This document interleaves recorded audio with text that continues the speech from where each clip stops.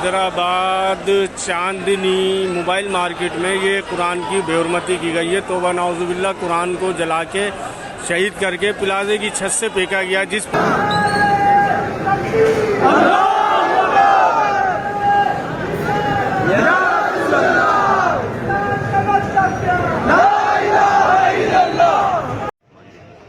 جیسا ابھی آپ کے سامنے صاحب نے کہا اور کے ساتھ میں موجود ہیں، یہ ان سے بات چیت ہوئی ہے جس میں بات یہ کہی گئی ہے کہ فوراً ان کے خلاف ایف آئی آر کٹوانے کے لیے تیار ہیں. کے خلاف ایف آئی آر بھی کٹے گی اور اس کو سزا بھی ہوگی. عوام جو ہے کیونکہ یہ یقیناً کسی دشمنان پاکستان کی سازش ہے جو یہ چاہتا ہے کہ شہر میں اور ملک میں کا امن جو ہے وہ برباد ہو جائے اور یہاں ٹکراؤ. تو لہٰذا جذباتی ہو کر ایسا اقدام نہ اٹھائیں کہ جس سے جو اصل مجرم ہے وہ نکل جائے. تو لہٰذا آپ سب سے التماس ہے کہ بہت صبر و تحمل سے کام کرتے ہوئے کسی کو نقصان نہ پہنچائیں اور پولیس جو اپنا کام کر رہی ہے، انتظامیہ جو کام کر رہی ہے اس کو کام کرنے دیں. انہوں نے ہم سے وعدہ کیا ہے، آپ لوگوں کے سامنے بیان بھی دے دیا ہے کہ اس کے خلاف ایف آئی آر کٹے گی.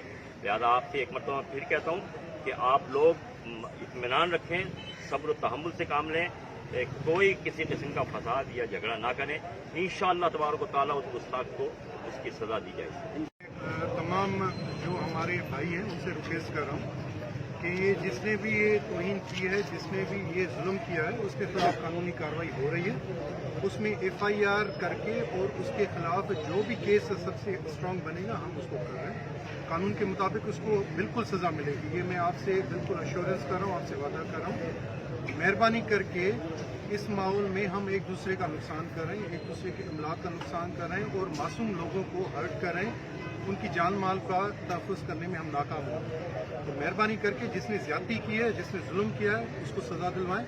اس میں ہمارے ہاتھ مضبوط کریں، نہ کہ یہ کہ جو معصوم لوگ ہیں ان کو اس کی بھیٹ چڑھایا جائے.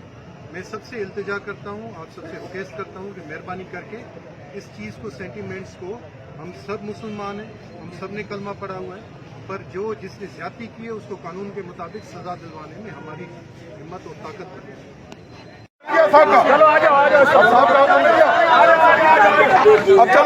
اب چلو بند ہو گئی سر. اب چلو شاباش شاباش. آ جاؤ بچہ، آ جاؤ بچہ. بس چلو